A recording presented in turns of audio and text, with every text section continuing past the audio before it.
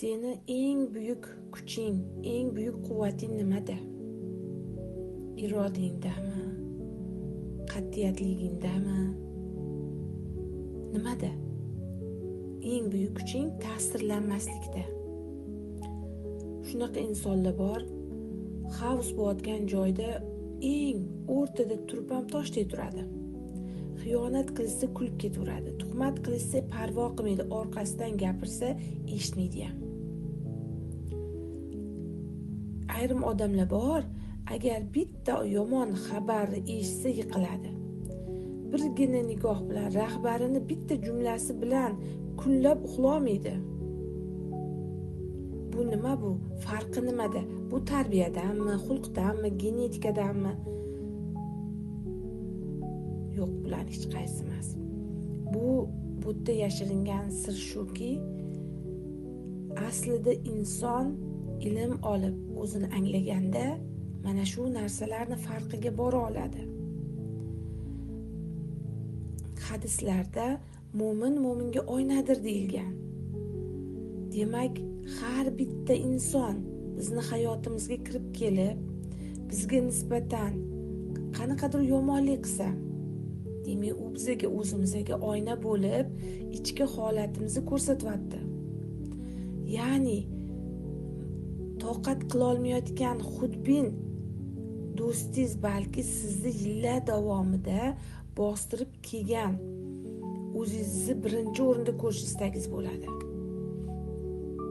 O'sha kibrli boshqaruvchingiz asabingizga tegayotgan, balki ichingizdagi ezilgan hissingizni natijasini ko'rsatyapti.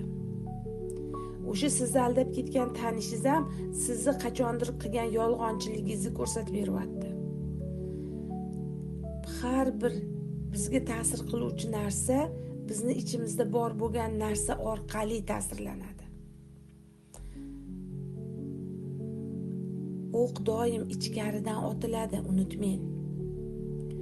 Biz yillar davomida faqat tashqi dunyo bilan shug'ullanamiz, tashqarini ayblaymiz. U menga hurmatsizlik qildi, menga nohaqlik qildi va hokazo shu gaplar bilan qurbon obrazida yashaymiz. Bu bizga qulay.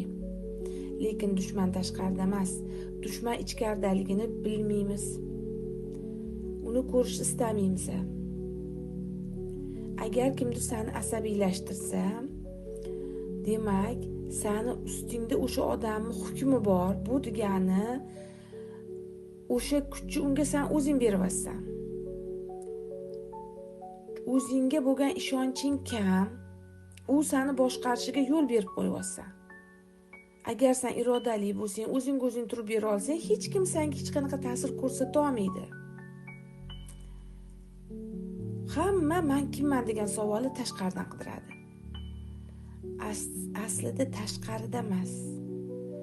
Hammasi ichimizda. Erkinlikni ham tashqaridan qidirishga hojat yo'q. Hamma haqiqiy erkinlik bizning ichimizda.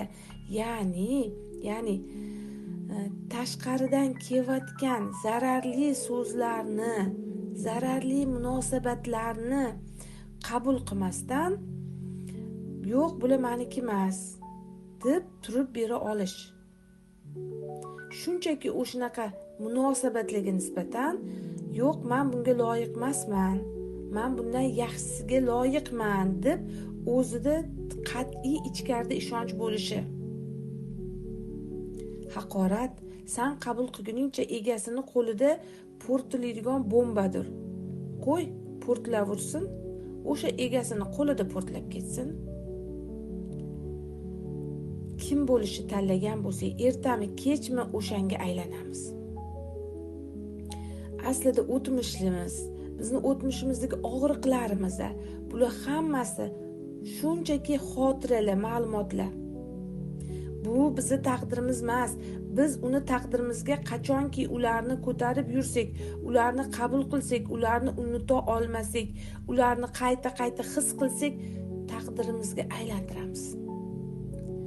Agar siz ana o'sha o'tmishni, ana o'sha o'tmishdagi xotiralarni qo'yib yuborsangiz, ularni sizni ustingizdagi hukmiga yo'l bermasangiz, ular sizni hayotingizga ta'sir qilmaydi.